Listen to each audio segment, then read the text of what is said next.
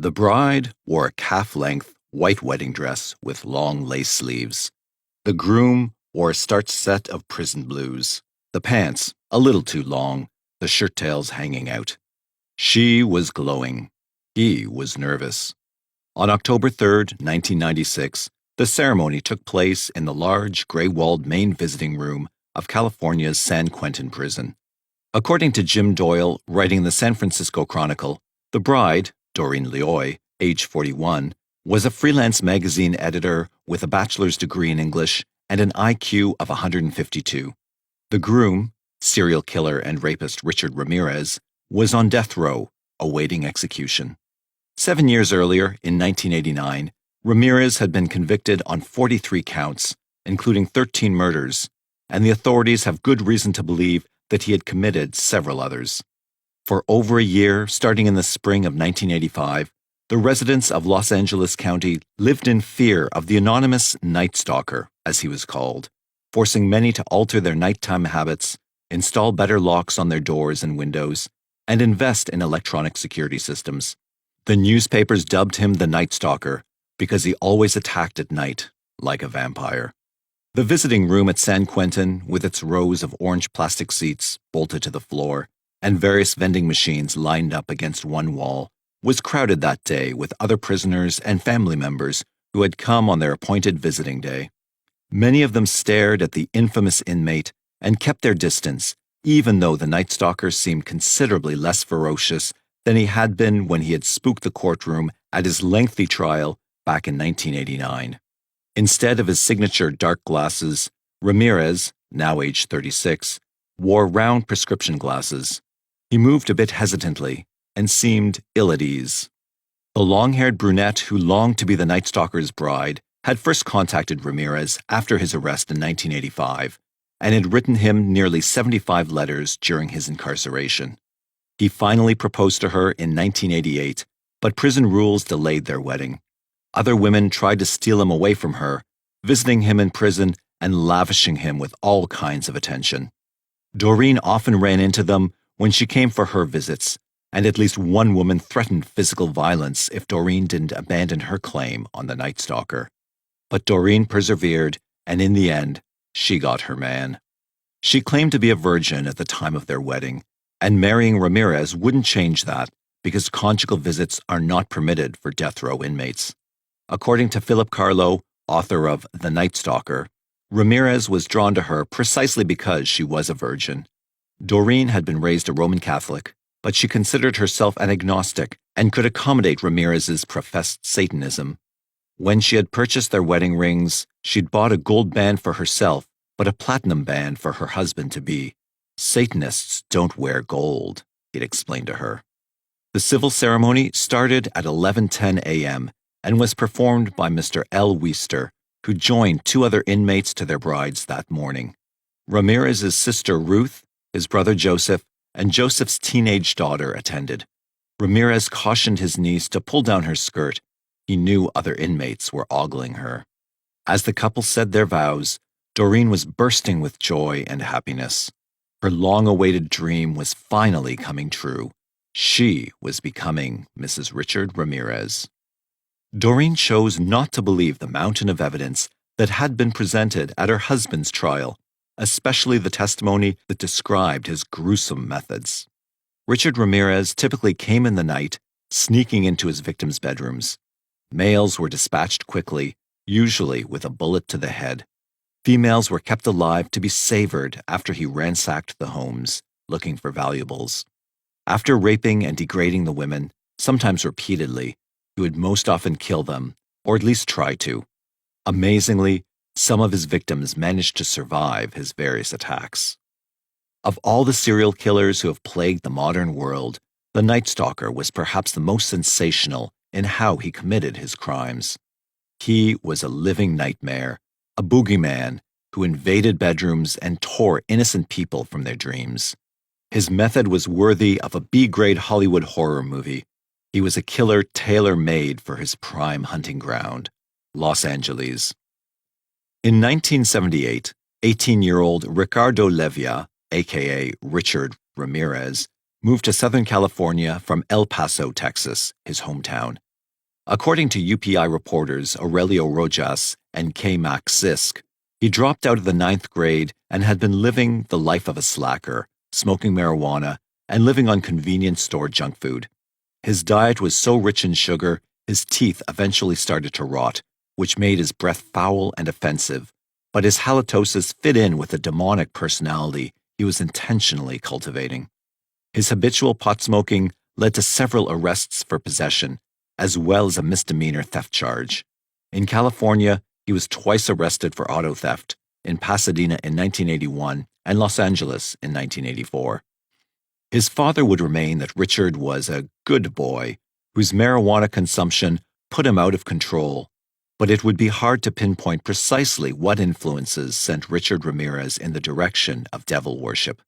He often drew the 5-point pentagram, the symbol of the devil, on his own body, and after his trial, he would shout, "Hail, Satan!" in open court. He was a big fan of rock bands who sung about Satanism, particularly the Australian heavy metal band AC/DC, whose album, Highway to Hell, was Ramirez's absolute favorite. One song on the album, Night Prowler, contains the lyrics, "Was that a noise outside your window? What's that shadow on the blind? As you lie there naked like a body in a tomb, suspended animation as I slip into your room." But it's hard to believe that rock songs and marijuana alone could turn a misdirected youth into one of the most heinous serial rapists and murderers in modern history. The turning point in Ramirez's life might well have been the night he witnessed his cousin Mike murder his wife. Mike had fought as a Green Beret in Vietnam, but the war had changed him. After returning home, he boasted torturing and mutilating the enemy and had brought back Polaroids to prove it. He and his 13-year-old cousin Richard would hang out all day, getting high, which is just what they were doing when Mike's wife started to nag him about getting his life together and finding a job. Mike pulled out a gun to shut her up and shot her in the face, killing her. Ramirez was splattered with the woman's blood. Mike's lawyer pointed to the incredible stress of his horrible war experiences as a mitigating factor. He was ultimately convicted, but the judge was lenient in his sentencing. Mike had a significant influence on Richard, who became fascinated with Mike's war victims' horrible photographs. After the murder of Mike's wife, Richard, the epileptic youngest child in a family of 3 boys and 2 sisters, started skipping school and smoking pot as much as he could every day. He soon took to stealing to support his drug use. The police have no evidence that Richard Ramirez killed at any time before he reached Los Angeles, and little is known about his activities in the first few years he lived there. No doubt, his crimes were escalating during this period. Simple theft had led to breaking and entering, and eventually, he must have become adept at it. Initially, he probably stole whatever valuables he could find, then quickly left before he was caught. But as he grew more proficient, he also grew bolder, staying longer in the houses he burglarized. Perhaps he stayed to watch the inhabitants sleeping in their beds. Maybe he took souvenirs, particularly items that belonged to the female residents. Like his cousin Mike, he might even have taken photographs that he could relish later. This, no doubt, excited him and helped him develop the depraved fantasies that took over his thinking. But eventually, he felt compelled to do more. The horrible scenes that ran through his mind like a horror movie on a continuous loop weren't satisfying him anymore. They had to emerge from his mind and become a reality. When Richard Ramirez finally crossed that line and started to play out his fantasies, the Night Stalker was born. Whether by conscious decision or inevitable evolution, Ramirez began to insert himself into his depraved fantasies and actively participate in their reenactment for his own gratification. His first known victim was a 79-year-old Glassell Park resident named Jenny Vincow. On June 28, 1984, she had left a window open because it had been hot that evening. Ramirez simply removed the screen and climbed in. Vincow's son, who lived in the apartment over her ground floor apartment, discovered her body sprawled out on the bed. She had been stabbed repeatedly, and her throat was slashed so savagely she was nearly decapitated. The intruder also ransacked her apartment and helped himself to her valuables. Fingerprints were recovered from the windowsill, and the autopsy revealed signs of sexual assault. The Night Stalker's fantasy had finally become a reality. It would be 8 months before he struck again. No doubt Richard Ramirez, like most budding serial killers, fed off the memory of his first victim, reliving the experience of rape and murder over and over again in his mind. If he had taken what criminal profiles call a souvenir, a hairbrush, a piece of underwear, eyeglasses, any object intimately connected with the victim, he might have used that to stoke his recollections and help him elaborate on his fantasy. But eventually, the mental reenactment of that initial crime wouldn't be as satisfying as it had once been. The killer would need a new experience to replenish the fantasy. He might have tried to control himself for a period, but the pressure within him was mounting.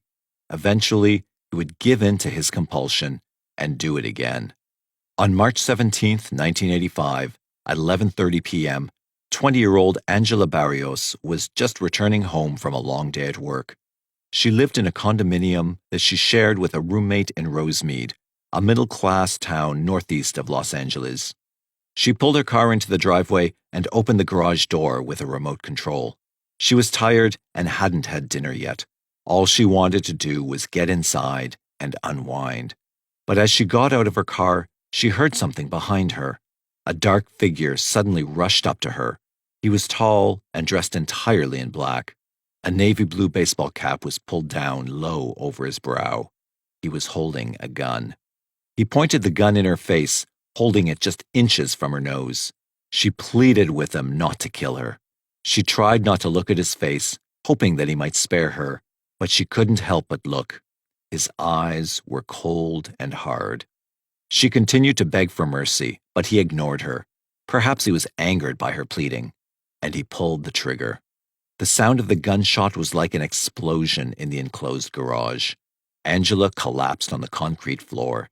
She was alive, but too afraid to move. The gunman stepped over her and went to the door that led to her condo, kicking her body out of the way so he could open it. Angela lay perfectly still, playing dead. After a while, she didn't know how long, she realized that her hand was bleeding. Her keys were still in that hand. She'd raised her hands instinctively when the man had menaced her with the gun, and the bullet had miraculously hit the keys and ricocheted away. Angela collected herself and got to her feet. She had started to run out of the garage when she heard another gunshot behind her. She kept running, just hoping to escape, but she ran into the man in black as he came out the front door of her condo. She tried to get away from him, but her legs were shaky. She stumbled back towards her car in the garage, convinced that he was going to finish her off. But instead of pursuing her, the man shoved the gun into his belt and fled. Angela Barrios was saved from this madman. Her roommate, Dale Okakazi, aged 34, wasn't so lucky. Angela found her face down on the kitchen floor in a pool of her own blood. There was blood everywhere, on the walls, furniture, and appliances. Angela ran to her side to check for signs of life, but Okakazi had been shot through the forehead. Angela grabbed the phone and called 911. Later, when the police searched the crime scene, they found the killer's baseball cap in the garage. What happened exactly inside the condominium is unknown, but for some reason, killing Dale Okazaki was not the experience Richard Ramirez had hoped for. Incredibly, that same night, he struck again in nearby Monterey Park. According to author Clifford L. Leindecker, a policeman was dispatched to investigate an empty yellow Chevrolet parked with its motor running. The transmission was in reverse. The car parked behind it was keeping it from moving any farther. When the officer got out of his patrol car to check inside the vehicle, he found an unconscious woman lying on the ground nearby. The officer ran to her and immediately checked her vital signs.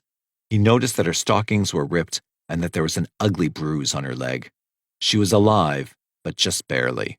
He ran back to his car and radioed for an ambulance.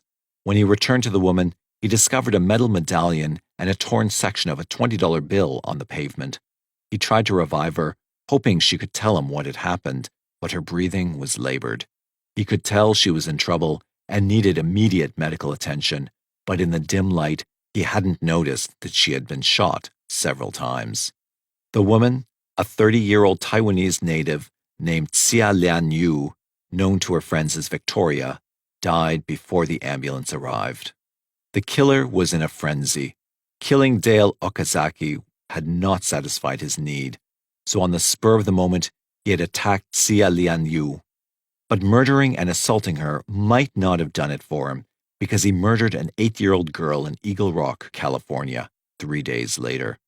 A week later, on March 27, 1984, he emerged again, and this time he found an MO that worked for him. On the morning of March 27, 1984, Peter Zazera arrived at his parents' home in Whittier, California. His 64-year-old father, Vincent, had retired from investment counseling and now operated his pizzeria. His mother, Maxine, 44, was an attorney. Peter rang the bell several times, but no one answered, so he let himself in. What he found was horrifying. His father's body was on the sofa in the den. He'd been shot through the left temple. He appeared to have died instantly. Mrs. Zazara was found stretched out in bed, face up and naked. Her eyes had been gouged out, the bloody sockets empty. She'd been stabbed repeatedly around the face, neck, abdomen, and groin. There was a sizable T-shaped knife wound in her left breast. An autopsy later revealed that, like her husband, she'd first been shot in the head and had probably died instantly.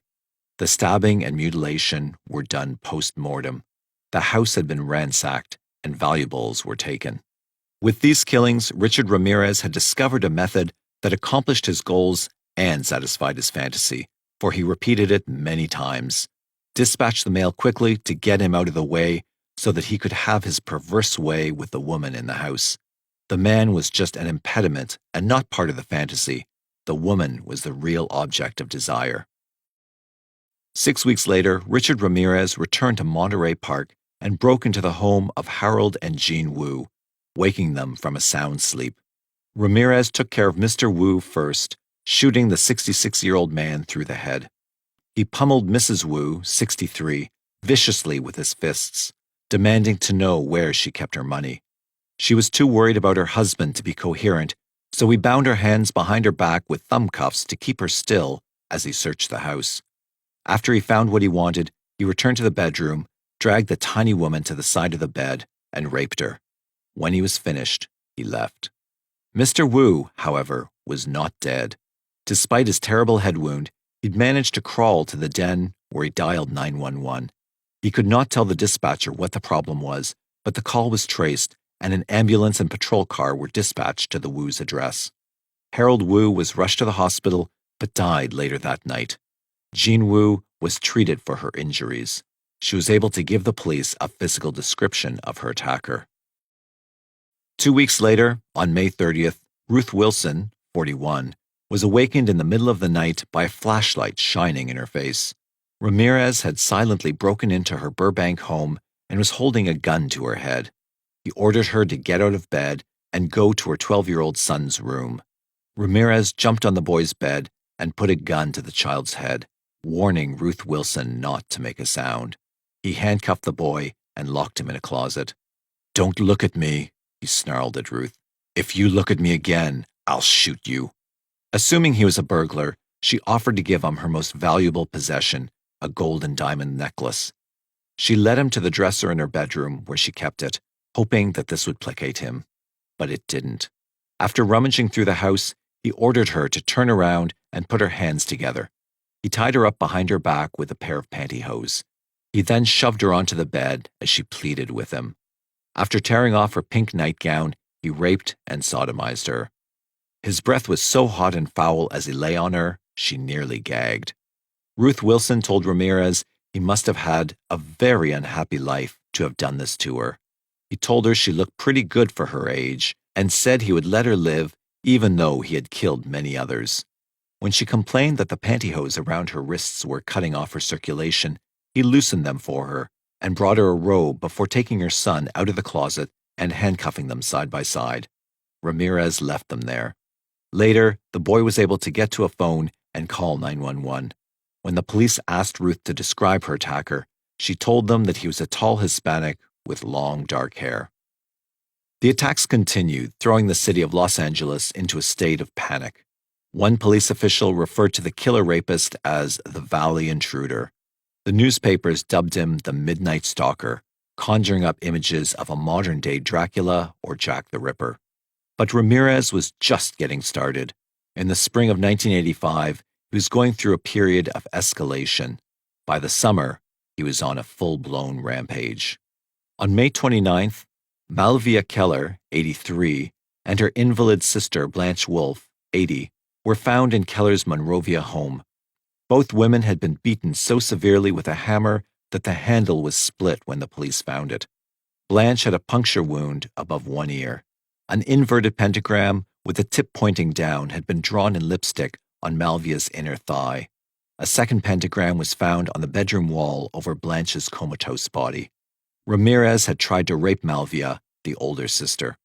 Police experts estimated that the sisters had been there about 2 days after the attack before being discovered. Doctors were able to revive Blanche, but Malvia soon died of her injuries. 1 month later, on June 27th, the Night Stalker raped a 6-year-old girl in Arcadia. A day later, the body of 32-year-old Patty Elaine Higgins was found in her Arcadia home, her throat slit. 5 days later, on July 2nd, the body of 75-year-old Mary Louise Cannon was found in her Arcadia home. Like Patty Higgins, she had been beaten, her throat slit. The house had been ransacked. On July 5th, Ramirez returned to Arcadia and beat 16-year-old Deirdre Palmer savagely with a tire iron. She survived her injuries. 2 days later, on July 7th, the body of Joyce Lucille Nelson was found in her home in Monterey Park. The 61-year-old had been beaten to death with a blunt object. Later that same night in Monterey Park, Linda Fortuna, a 63-year-old registered nurse, was awakened at around 3:30 a.m. by a tall, bony man dressed in black. The man, who fit the description of the Night Stalker, was pointing a gun at her. He ordered her out of bed and into the bathroom, warning her to be quiet. After ransacking the house, he returned to her, forcing her back onto her bed. He attempted to rape and sodomize her, but he could not maintain an erection. He was frustrated and humiliated, and she was sure he would kill her. He screamed at her furiously, but then gathered up the valuables he wanted and left. She was astounded that he had spared her life. Less than 2 weeks later, on July 20th, the Night Stalker chose a new location in the Los Angeles area, Glendale. Maxon Nealing and his wife Leila, both 66, were found in their bed, both shot in the head and horribly slashed with a knife. Maxon had been butchered so brutally his head was barely attached to his body. Police experts had difficulty recreating the attack based on the evidence. It's possible that the stalker killed them both quickly with his gun, then mutilated them post-mortem. But given his developing M.O., it's possible that he kept Mrs. Nealing alive to play out his perverse fantasy. But he also might have failed to perform sexually with Mrs. Nealing, just as he had with Linda Fortuna. So he turned July 20th into a doubleheader, striking again, this time in Sun Valley. Chetat Asawahem, 32, was shot in his sleep. His wife, Sakima, 29, was raped, forced to perform oral sex on the intruder, then beaten mercilessly. He then sodomized the couple's 8-year-old son. Ramirez tied Mrs. Asawahem in her bedroom and left, but not before taking $30,000 in cash and jewelry. On August 6, Ramirez targeted another couple, Christopher and Virginia Peterson, ages 38 and 27. Following his pattern, Ramirez broke into the Petersons' Northridge bedroom and shot them both in the head. But they didn't die. In fact, Mr. Peterson, a powerfully built truck driver, got out of bed and chased the intruder away, despite having a bullet lodged in his brain. Miraculously, the Petersons survived their wounds. 2 nights after the attack of the Petersons, Ramirez lashed out again, this time in Diamond Bar, California, and this time he had it his way. Ahmed Zia, 35, was shot in the head and killed while he slept. With the husband out of the way, Ramirez was free to play out his fantasy with Zia's wife, Sue Kia Zia, 28.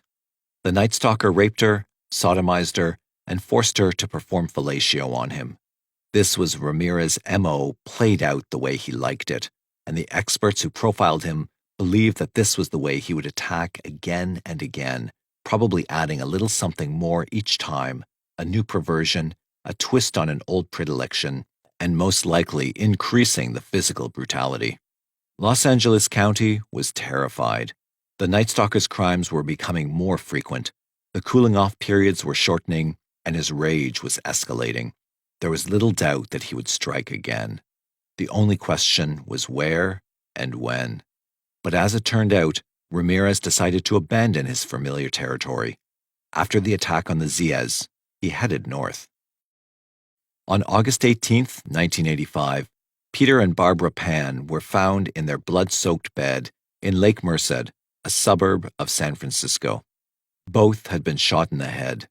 Mr. Pan, a 66-year-old accountant, was pronounced dead at the scene. Mrs. Pan, 64, survived but would be an invalid for the rest of her life. Scrawled on the wall in lipstick were an inverted pentagram and the words "Jack the Knife," which is from a song called "The Ripper" by the heavy metal band Judas Priest. Local police determined that the killer had come in through an open window. Fearing that LA's Night Stalker had moved into their precinct, homicide investigators sent a bullet removed from Mr. Pan to a forensic team in Los Angeles. The bullet matched others removed from two of the Night Stalker's Los Angeles County crime scenes. Police in San Francisco searched their unsolved homicide files and came up with two incidents that fit the stalker's MO. On February the 20th, 1985, sisters Mary and Christina Caldwell, ages 70 and 50, had been stabbed to death in their Telegraph Hill apartment. If this was indeed the work of the Night Stalker, he had committed this crime about a month before the night he killed Dale Okazaki and Xian Lian Yu and wounded Angela Barrios. The police also discovered that on June 2nd, the day after the murders of the elderly sisters Blanche Wolfe and Malvia Keller, Theodore Wildings, 25, was shot in the head while he slept in his apartment in the Cow Hollow section of San Francisco. His girlfriend, Nancy Bryan, 25, was then brutally raped by the killer. Could the Night Stalker have been active in San Francisco and Los Angeles throughout 1985, and the police in San Francisco didn't realize it? Panic spread through the city by the bay. To quell fears, Mayor Dianne Feinstein talked publicly about the hunt for the Night Stalker, but in doing so, angered detectives by giving away too many details of his crimes, thus impeding their investigation. They did not want a repeat of the situation Los Angeles had just gone through. 15 unanswered attacks, including 14 murders and 5 rapes, had been committed by a maddeningly elusive perpetrator. But the San Francisco police caught a break when the manager of a flophouse in the Tenderloin district came forward and claimed that a young man who fit the stalker's description had stayed at his establishment from time to time over the past year and a half. The manager remembered that the man had rotten teeth and smelled terrible. The police checked the room he had last stayed in. On the bathroom door, they found a drawn pentagram. The man had checked out during the day on August 17th. Mr. and Mrs. Pan had been attacked that night. Investigators then located a man from the El Sobrante district who said he had purchased some jewelry, a diamond ring and a pair of cufflinks, from a young man who fit the stalker's description. Further investigation revealed that these items had belonged to Mr. Pan. On August 24th, while the police in San Francisco were scrambling to find the mysterious young man with rotten teeth, the Night Stalker had found another couple whom he could use to play out his violent fantasy. Except this couple was not in the Bay Area. They were asleep in bed in Mission Viejo, 50 miles south of Los Angeles. A computer engineer and his 29-year-old fiancée had just drifted off to sleep when loud gunshots suddenly awakened them in the room. Instinctively, she reached out to her fiancé, but he had been seriously wounded. Before she realized what was happening, the intruder grabbed her by the hair and hauled her into another bedroom, where he tied her ankles and wrists with neckties. The man then asked her if she knew who he was, admitting that he was the killer who was getting all the press coverage and on television. He rummaged through the house looking for valuables, but there was nothing small enough to steal easily. Angry that the couple had so little, he returned to her and raped her, not once, but twice. The horrible stink of his breath made her gag. The man was still angry that there was nothing worth stealing. Afraid of what he might do next, she told him to look in a drawer where she knew her fiancé kept some money. "Swear to Satan!" he bellowed at her. Out of fright, she did what he wanted and swore to Satan that she was telling the truth. The stalker found the money, and as he counted it, he mocked her, telling her that this was what she was worth. It was what had saved her, he said. She prayed that this was the end of it, that he would just leave now that he had the cash. But he wasn't through with her yet. "Swear your love for Satan," he demanded. Afraid of what he might do next, she did as he asked. "I love Satan," she mumbled. He ordered her to say it again and again. He yanked her by the hair and made her kneel, then forced her to perform oral sex on him. When he was finished, he stepped back and stared at her. Still bound by the neckties, she was sure that he was going to shoot her just as he had shot her fiancé. But he didn't. He laughed at her. Then suddenly, he was gone. She quickly worked herself free of the neckties and went to the window in time to see him getting into an old orange-colored Toyota station wagon. She immediately called 911. Earlier that night, a teenager working on his motorcycle in his parents' garage noticed the orange Toyota driving into the neighborhood, and he saw it again as it was leaving. It struck him as suspicious, so he jotted down the license plate number. The next morning, he called the police about the car. With the plate number, the police determined that the 1976 orange Toyota had been stolen in LA's Chinatown while the owner was dining at a restaurant. An alert was put out for the car, and 2 days later, it was located in the Rampart section of Los Angeles. The police kept the car under surveillance for nearly 24 hours, hoping that the Night Stalker would return for it, but he didn't. A forensics team scoured the car for evidence and came up with one good fingerprint, which they sent to Sacramento for analysis. Hours later, the computer had found a match. The print belonged to Ricardo Richard Leyva Ramirez. Further analysis revealed that this print matched a print taken from a windowsill at the Pan's house near San Francisco. At long last, the police knew who their suspect was. Now they had to find him before he struck again. 7 days after the attack on the computer engineer and his fiancée in Mission Viejo, Ramirez was on the prowl for another vehicle he could steal. Unfortunately for him, he chose the wrong neighborhood to go shopping for cars. The 3700 block of East Hubbard Street in Los Angeles is in a largely Hispanic area. Perhaps Ramirez felt that he could blend in there, but he had no idea how fiercely these residents would protect their property. Ramirez's first mistake was trying to steal Faustino Piñon's prized red Mustang. Ramirez, who was wearing a black Jack Daniels t-shirt, had been hopping fences between yards, searching for a car he could steal easily. He'd been chased off the property next door to Piñon's home and wound up in Piñon's yard. Ramirez must have thought luck was with him because the Mustang parked in the driveway was unlocked and the keys were in the ignition.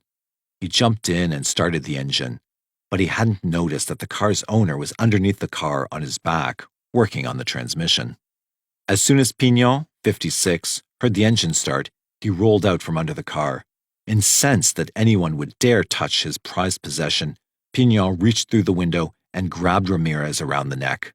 "I've got a gun," Ramirez warned, but Piñon didn't care. No one was going to take his car. Ramirez put the car into gear and tried to drive away, but Piñon wouldn't let go of him. The vehicle crashed into a fence, then into the garage. Piñon got the door open, hauled Ramirez out, and threw him to the ground. Ramirez scrambled to his feet and ran across the street just as 28-year-old Angelina de la Torres was getting into her Ford Granada. He ran up to her car and stuck his head through the driver's window, demanding that she give him the keys, threatening in Spanish to kill her if she didn't. She screamed for help, and her husband, Manuel, 32, came running from the backyard. According to Nancy Skelton in the Los Angeles Times, he grabbed a length of metal fence post as he passed through the gate along the side of the house. In the meantime, José Burgoyne, who had heard the ruckus in Faustino Piñon's driveway, had called the police. He ran outside to help Piñon, and when he heard Angela's scream, he called to his sons, Jamie, 21, and Julio, 17, to come quick. As the brothers ran to help Mrs. de la Torres, they saw the skinny stranger scrambling across the front seat of her car. Jamie recognized him from photographs that had been published in the newspapers and broadcast on television. He yelled that this was the killer, the Night Stalker. The men made a mad dash to catch him. Ramirez ran for his life, but Manuel de la Torres caught up with him and hit him across the neck with a 3.5-foot metal post. Ramirez kept running, but de la Torres stayed on him, whacking him repeatedly from behind. Jamie Belgon caught up with Ramirez and punched him. Ramirez stumbled and fell, but quickly got up and continued running with de la Torres and the Burgoyne brothers on his heels. Then, unexpectedly, Ramirez stopped and faced them. His eyes flashed as he laughed and stuck out his tongue at them. He played the part of the madman, but his pursuers were taken aback for only a moment. They lunged at him, and the chase continued. Finally, a block away from where it all began, de la Torres swung hard and hit Ramirez on the head. The Night Stalker collapsed to the ground. Jamie and Jose Burgoyne closed in on him to keep him down until the police arrived. One day after, Richard Ramirez's face was made public, and the Night Stalker was in custody and behind bars. Ramirez, 26, was charged with 14 murders and 31 other felonies related to his 1985 murder, rape, and robbery spree upon his arrest. The 15th murder in San Francisco also hung over his head, with the potential for a trial in Orange County for rape and attempted murder. Early in the case, 2 public defenders were appointed to Richard Ramirez, but he disliked them. Another defense attorney came and went before the Ramirez family retained Daniel and Arturo Hernandez. They had never before tried a death penalty case, but had worked together on homicide cases. Their presentation wasn't helped much when at the arraignment in October 1985, Ramirez flashed a pentagram drawn on his palm and shouted, "Hail Satan!" This kind of behavior raised anxiety levels, because, on another occasion, when the courtroom lights suddenly went out, the deputy marshals drew their pistols and told everyone to hit the floor. They then dragged Ramirez out of the courtroom. The Hernandezes began their long list of pretrial motions by filing for a change of venue, insisting that the adverse publicity in Los Angeles County had infected the entire community, and hence the jury pool. Ramirez could not receive a fair trial, they claimed, because many middle-class people in the area had an image embedded in their consciousness of the Night Stalker breaking into their homes. In fact, a survey they had done indicated that 93% of 300 people polled had heard about Ramirez, and the majority believed that he was guilty. On January 10, 1987, the Los Angeles Times reported the decision in this 13-day hearing, a taste of things to come. Judge Dion Morrow said that given the substantial pool of potential jurors in the county, he did not believe that argument was sound. "This is the largest community, I think," he stated, "of any court system in the country." As Ramirez was led in chains from the courtroom, he grinned at his growing coterie of female supporters. Some believed in his innocence. Others just thought he was cute. In another hearing, Judge Elva Soper granted a request for a gag order on both sides. By May, a trial date was set for the end of September. That proved to be highly optimistic. This case was going to spread into other states and even Mexico, seeking witnesses and evidence. The defense team would also introduce an exhausting round of delays, from appeals to out-of-town interviews to outright disappearances. Ramirez testified in pretrial proceedings, clad in a 3-piece gray suit and red tie. He denied that he had spontaneously told Sergeant Ed Escueda upon his August 31st arrest, "I did it, you guys got me, the stalker." His lawyers said that the officer had not recorded the statements, and they wanted them stricken.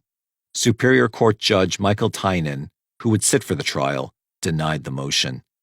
Sergeant George Thomas would later testify at the trial that he wrote down that Ramirez had said, "Of course I did it. So what? Shoot me. I deserve to die." Then he had hummed a tune called Night Prowler. Other than that appearance, Ramirez sat through most of his numerous hearings, slouching in his chair, drumming his fingers on the table, and bobbing his head as if listening to rock music. He seemed oblivious to the seriousness of the charges. When the Hernandezes insisted throughout the final months of 1987 that they needed more time to prepare, The trial date was moved to February. They considered buying more time by pursuing the Orange County trial first.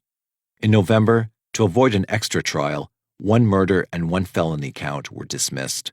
All the prosecution had for the murder was the delayed statement of a witness who had spotted Ramirez a block from the crime scene. Then Judge Tynan also said that he would not allow Ramirez to leave the county, which meant he could not be prosecuted in Orange County. The defense attorneys, seeking another ploy, prepared to ask for at least 6 separate trials to avoid having cases with little good evidence become stronger by association with those that had it. By January, it appeared that the trial for case number A7771272 would be postponed another 6 months because an appellate court required that the prosecution team supply defense attorneys with records of all crimes over a period of 6 months in Los Angeles County of a similar nature to those of Ramirez. This was a move by the Hernandezes to link some of those that Ramirez was charged with to other cases and possibly other offenders. Prosecutor Phil Halpin called this an onerous burden for the cops and asked the court to reconsider. Both sides took it to the state Supreme Court, which would not hear it. San Francisco authorities had tentatively linked Ramirez to 4 homicides, a rape, and 10 burglaries in March. Still, since they had no physical evidence in most of those crimes, they had narrowed their focus to 1 killing, Peter Pan, and 1 attempted murder, Pan's wife, and a burglary that had yielded evidence that led to discovering Ramirez's last name. They were awaiting the conclusion of the LA trial to decide on a date. In July, as the case neared 3 years since the arrest, the Times reported that Ramirez had decided against entering a plea of not guilty by reason of insanity. The judge ordered jury selection to begin. The paper quoted the judge as estimating that this alone could take 6 to 8 months. The Hernandezes had sought to have Tynan disqualified based on prejudice against their client. They failed, but once again they claimed they needed more time to prepare.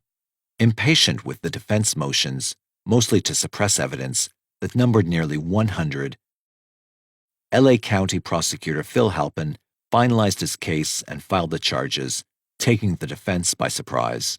He claimed he had almost 1,000 potential witnesses and hundreds of thousands of pages of statements, reports, and photographs. Admitting that it was one of the most complicated criminal cases he had seen, he projected a 2-year period for the trial. Thus far, the case had cost over $1 million, and 1 witness had already died. The defense asked for yet another extension, but it was time to begin. On July 21, 1988, jury selection began. At the same time in Orange County, the jury was being selected for the trial of Randy Kraft, accused of killing 16 young men. Judge Tynan decided that they would need 12 jurors and 12 alternates, all of whom had to be impartial and also willing and able to serve for up to 2 years. A rather tall order, even for that county. Carpenters were hired to enlarge the jury box. Tynan figured that to get what they needed, they would have to interview as many as 2,000 people. It turned out to be just short of 1,600. Alan Jokelson joined Halpin for the prosecution team. Throughout the voir dire, Halpin and Daniel Hernandez traded so many insults that the judge told them to take their macho posturing into a boxing ring. He called them both unprofessional. He also assigned a public defender, Ray Clark, to assist Daniel Hernandez, since Arturo seemed inclined not to be there at times. The team had not yet disclosed their strategy. They still had numerous appeals pending, particularly one asking to overturn the judge decision who had refused to remove Tynan from the case. Ramirez, often choosing all-black garb, began to don sunglasses as part of his mysterious persona. Although he remained shaggy-haired throughout, reinforcing his rebellious reputation, he got more involved in the proceedings. On August 3rd, the LA Times reported that jail employees had overheard a plan by Ramirez to shoot and kill the prosecutor with a gun that someone was going to slip him in the courtroom. A metal detector was installed inside the courtroom, and even the lawyers were searched. Ramirez seemed surprised, and no gun was ever found. Finally, after several months, a jury of 12, with alternates, was seated. Then one juror was dismissed for making racially biased statements about the death penalty. In January 1989, a state appeals court found Daniel Hernandez deficient in presenting another client in an earlier murder trial. Reportedly, he was not surprised by the decision. He also had a record of seeking delays for medical conditions caused by stress. No one knew why the family had hired such an inexperienced attorney. He continued to seek delays. By the end of the month, January 30th, the trial began with Halpin's 2-hour opening statement about the 13 murders and 30 felony charges.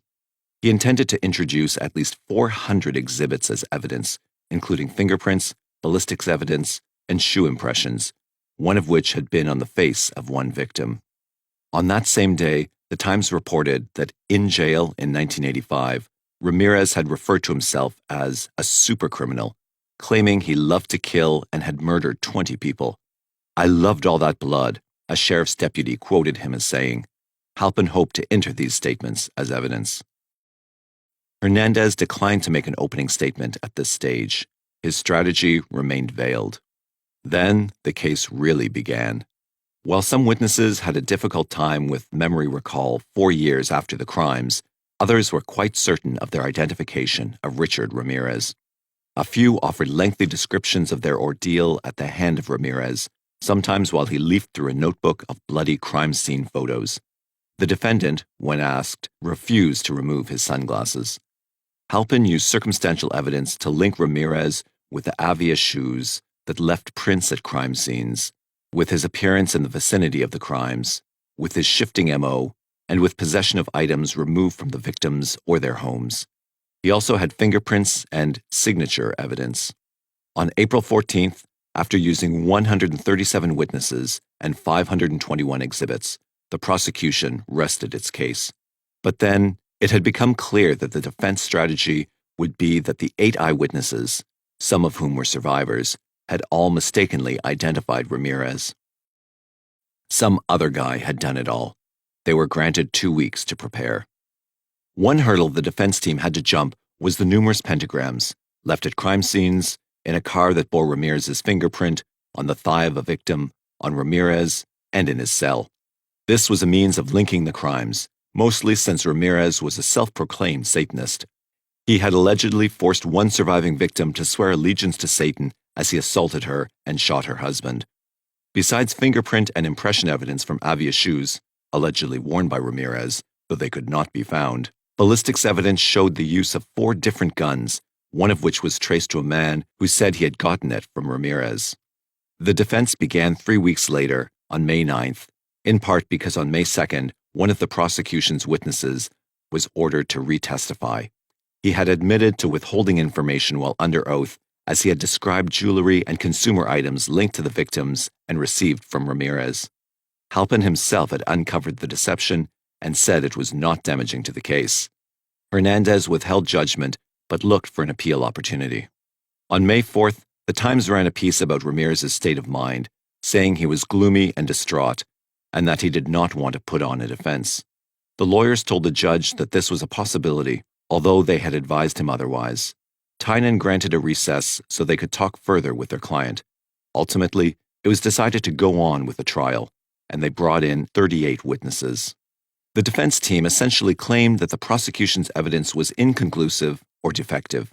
They noted that there were many fingerprints at the crime scenes that remained unidentified and that hair and blood samples were found that did not belong to the victims or Ramirez.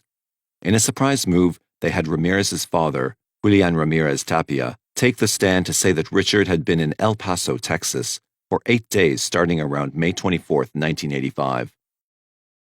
A rape victim had placed him in her home on Memorial Day, and another attack, which had ended in murder, had also occurred between May 29th and June 1st.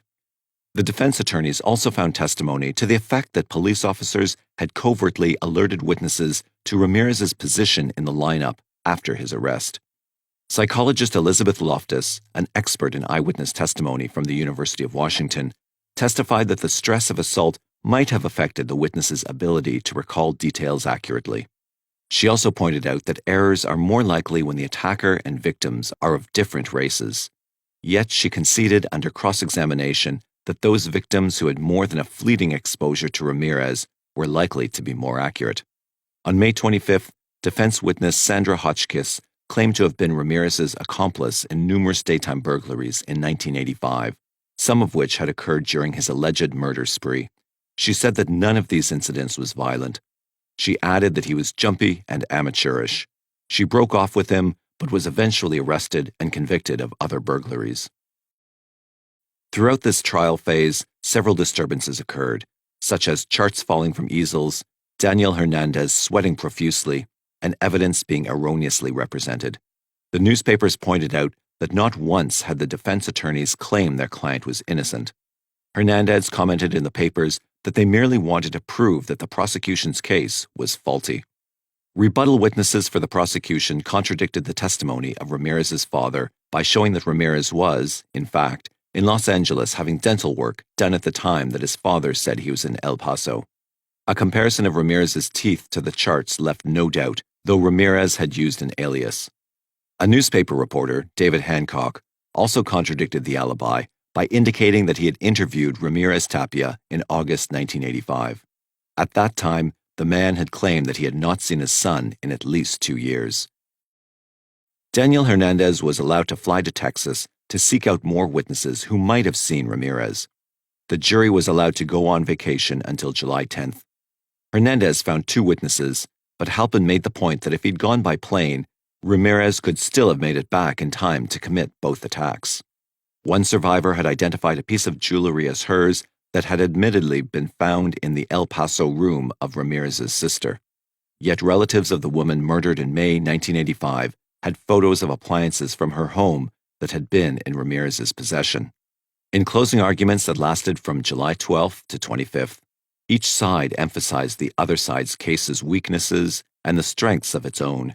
Halpin pointed out that Hernandez had raised issues that he never substantiated, throwing them at the jury as mere diversions. When he was finished, Ramirez turned to the courtroom and smirked. The judge took 2 days to instruct the jury, letting them know that a handgun was missing from the evidence inventory, but they had a photograph of it. After nearly a year, the jury finally started deliberations on July 26th, with 8,000 pages of trial transcripts and 655 exhibits to consider. Within a week, one juror who kept falling asleep was replaced. Then, on August 14th, Phyllis Singletary did not arrive. The judge summoned the jury and told them they could not continue without her, and the court was recessed for the day. Yet the papers reported that Ms. Singletary had been shot to death in her apartment, and this news passed through the jury and 8 remaining alternatives like wildfire. They could not help but wonder if Ramirez had managed this from his prison cell and if he might do something similar to another of them. He certainly had plenty of black-clad groupies who came to court each day to show their support. They were called the Charles Manson cult of 1969. Judge Tynan called them into court the next day and told them that an abusive boyfriend had shot Ms. Singletary. He assured them the incident was unrelated to the case. An alternate was chosen to replace her, although the woman was so overcome with fear she could not walk to her place. Yet more news was forthcoming. Ms. Singletary's boyfriend used the same weapon with which he'd killed her to commit suicide in a hotel. He left behind his written confession. They had been arguing over the Ramirez case, and he had become enraged by her disapproval of Ramirez's lawyers. The defense team tried hard to get a mistrial declared, which Halpern opposed. The case must not go down the drain, he insisted. Debates emerged in the newspapers over the issue, with one psychologist believing the shooting would unconsciously influence the jury against the defendant. However, the jury foreman assured the judge that they would continue. When Ramirez heard this in court, he shouted that it was all up and had to be restrained. He continued to act out during the rest of the deliberations, saying that the trial had not been fair, and he was allowed to waive his right to be present in court. Whenever brief hearings were needed, the proceedings were piped into his holding cell.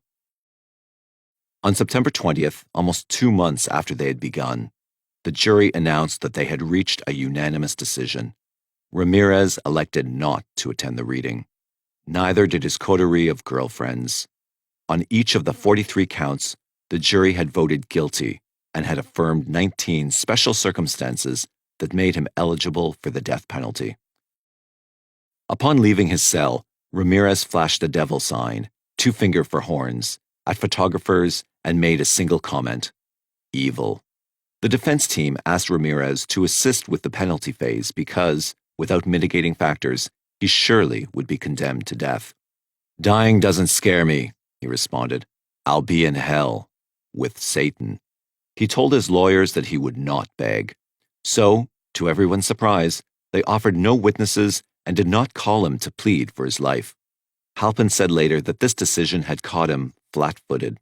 Clark argued before the jury that something was wrong with Ramirez, and they should be compassionate, sympathy even for the devil. Halpin reviewed his arguments from the trial and urged them to give him his just deserts. On October 3, 1989, after 4 days of deliberations, the jury said they had voted for death for Richard Ramirez. The female members were crying. Ramirez, who was present for all of this, was led from the courtroom, smiling. "Big deal," he said. "Death always went with the territory." Later, as he was led in shackles back to the county jail, he added for reporters, "I'll see you in Disneyland." On November 9th, he was officially sentenced to death 19 times. Ramirez chatted with his attorneys throughout. Afterward, he added to his dark image with his somewhat incomprehensible speech to the court. "You do not understand me. I do not expect you to. You are not capable of it. I am beyond your experience. I am beyond good and evil. Legions of the night, night breed, repeat not the errors of night prowler and show no mercy. I will be avenged. Lucifer dwells within us all." He denounced the court officials as liars, haters, and parasitic worms. He said that he'd been misunderstood. As he was led away to eventually join the 262 inmates already on death row in San Quentin, including freeway killer Randy Kraft, sentenced a month before, he asked, "Where are the women?" He then flashed his 2-finger devil symbol at a busload of female prisoners who called out, "Killer!" That made him smile. To understand Richard Ramirez and his passion for the devil, we need to examine more than just his life. We must also look at the times. Ramirez committed his murder spree in 1985 amid the satanic panics that swept the country throughout the decade. Anxiety over Satanists and evil conspiracies mounted on a cultural scale, and narratives told by people in therapy about ritual abuse by secret satanic rings showed many common elements and no evidence. Whole masses of people developed similar physical symptoms that were primarily emotional in origin. The idea of ritual abuse was heavily promoted by journalists, therapists, physicians, drug companies, and whoever else might find some stake in them. Serial killers, too, adopted satanic robes. During that decade, Robert Berdella killed 6 men in Missouri for satanic purposes. Anthony Costa killed 4 women in Cape Cod in rituals. Thomas Creech admitted to 47 satanic sacrifices. And Larry Eiler buried 4 of his 23 victims under a barn marked with an inverted pentagram. Nurse Donald Harvey, suspected of the deaths of 47 patients, admitted to a fascination with black magic. Leonard Lake, who had teamed up with Charles Ng for a series of torture murders, was affiliated with a witches' coven. One killer targeted homeless men, ringing his victims with a circle of salt. A teenager who wanted to follow the devil murdered his parents in their beds. During the 1980s, a former associate of John Wayne Gacy, named Robin Getcht, inspired a group of 3 other men known as the Ripper Crew in killing an estimated 18 women. They would murder a victim, sever her left breast with a thin wire, clean it out for use for sexual gratification, and then cut it into pieces to consume. Ostensibly, they were worshipping Satan, and eating the flesh was the form of demonic communion. The Night Stalker had the same devilish persuasion. He'd creep up in the night, dressed in black, and enter homes surreptitiously. Sometimes he removed the eyes of his victim, as if for a ritual. He bludgeoned 2 elderly sisters and left satanic symbols on the thigh of the one who died in the form of a pentagram.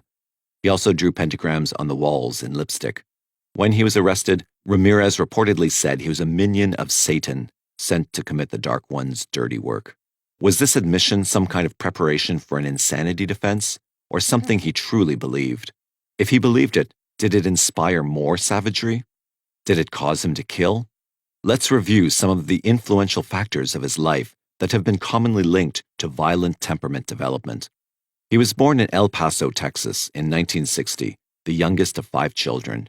He was a quiet boy, according to neighbors, with hard-working parents. However, Richard's father had a temper and sometimes beat the kids. The abuse model in the form of a parent can often be a bad start for a child, especially a boy watching his father. Add to that possible abuse from a male teacher, and Richard had 2 role models who demonstrated how to use others for their own frustrating ends. Richard was afraid of his father, and he would leave home to hang out in a nearby cemetery, even spending the night. He found peace among the dead, which may have been where he first developed an attraction to the macabre. A means for getting over one's fears is to identify with what's frightening you. One way to do this is to become a frightening person yourself.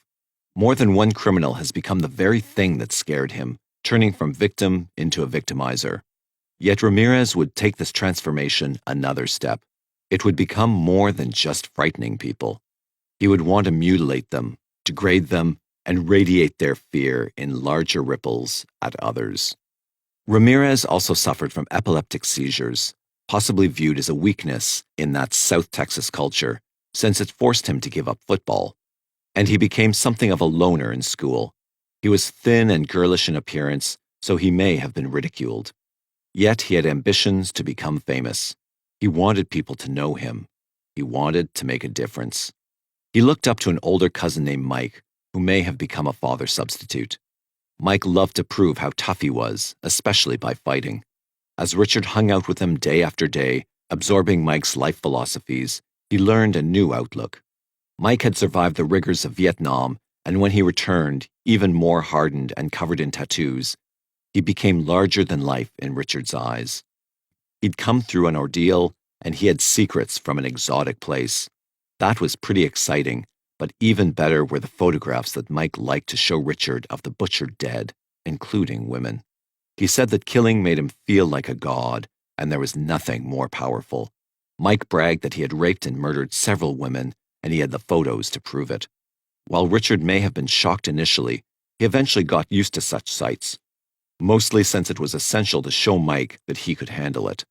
Mike might have been testing young Richard, not yet even an adolescent, but Richard was up to the test. He took it in and wanted more. The key insight here is that Richard's exposure to Mike's atrocities occurred at a time in his life when he was also becoming a young man, and often when things get associated with physical excitement and intrigue during early sexual development, they also become eroticized. Thus, they become part of the mental landscape as well.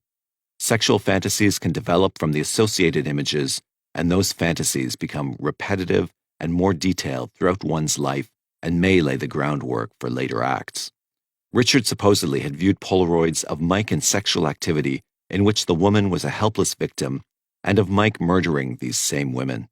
He saw how his idol could do these things without a qualm, undoubtedly got excited by the naked women in sexual positions, and probably learned that women could be easily used as objects for degradation. It was all part of being a real man, yet it was also forbidden, which gave Mike's macho realm an added allure. In addition to that, Mike also taught Richard the art of hunting as a predator.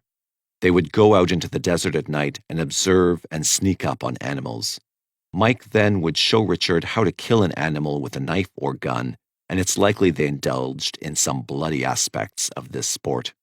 As Richard developed, Mike became his role model, and whatever Mike did without fear, Richard wanted to do. That set him up for one more incident that would prove everything that Mike had demonstrated thus far. One day, Mike got into a fight with his wife, who wanted him to get a job, and decided to end her harassment. He drew a revolver and shot her. Then he told Richard to leave. For this crime, Mike went to a mental institution, judged to have been temporarily insane. Yet right after the incident, Richard went into the home with his father and saw and smelled the blood. He felt a connection with the dead, he later confessed to author Philip Carlo in The Night Stalker, which bordered on the mystical. Some psychologists pinpoint this killing as the turning point for him. Still, it's more likely that he had already become accustomed to death, especially with women, via the photographs Mike had shown him and by killing animals up close. This incident was probably not as traumatic for him as it might have been, given what he'd already been exposed to. The numbness had already developed in him. Otherwise, we might expect that he'd have run from the apartment and gone to the police, or gone into a depression and avoided his cousin after that. He told no one that he had witnessed the crime. What may have been just as instrumental in his development is that he did attend church, so that to be able to worship and also accept his cousin's violent attitudes indicated that he'd already begun to compartmentalize, to act and think differently in different contexts. That's the most dangerous kind of person, because it becomes difficult for others to recognize the violent side and make it difficult for them to stop their own violent acts. He may not even view them as bad. Eventually, Richard discovered the Church of Satan, and that seemed to draw all the threads of his temperament together in the right way. The themes of dominance, control, and power called to him, as did the idea of something sacred, even if it was evil. All of this might have made him able to erase his feelings of weakness. Then, when he was 18, he moved to California. He had nothing much to do there, so he stole cars, listened to music, and looked for opportunities, whatever they might be. He would steal without compunction and buy drugs. He still sought something that might make him significant. Richard Ramirez had perceived in the culture around him, he was not far from where teachers had been arrested in 1983 at the McMartin preschool and accused as a ring of Satanists corrupting children, that people were afraid of Satan, and to him, that probably meant that aligning himself with the Prince of Darkness would uniquely empower him. People would actually fear him. So he cultivated Satanism's trappings that were popular during the 1970s and 80s: pentagrams, black clothing, demonic eyes, stealthy ways, and a penchant for the night. He took his cue from the song Night Prowler, noting how the person who made others afraid was the person in control. So he went on his murder spree, was caught, and went through a trial. He was certainly making a name for himself, but it wasn't enough just to be another serial killer. There were plenty of those by the 1980s, even a trial in Orange County at the same time. He perceived that he had set himself apart with his satanic incarnation, and he played that up for the press. Ramirez flashed a pentagram at his preliminary hearing that he'd had tattooed onto the palm of his hand. When he was convicted, his lawyers warned him that he could get the death sentence. "I'll be in hell then," he said, "with Satan." He saw the newspaper articles talking about him as the devil and understood that he was a celebrity now. The more he flashed the pentagram or talked about serving Satan, the more he was quoted in the papers.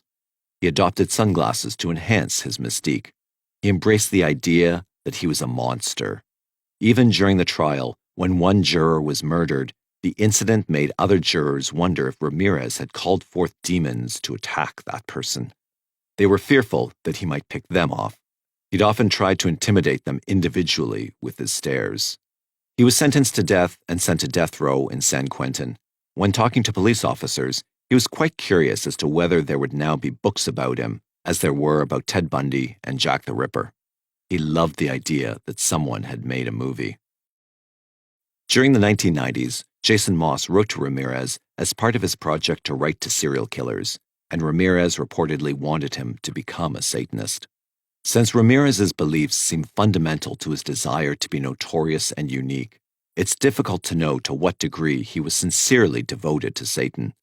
Yet it's likely that his desire to kill and how he committed his crimes had more to do with his cousin Mike's psychological influence, coupled with his notion that killing makes one a god.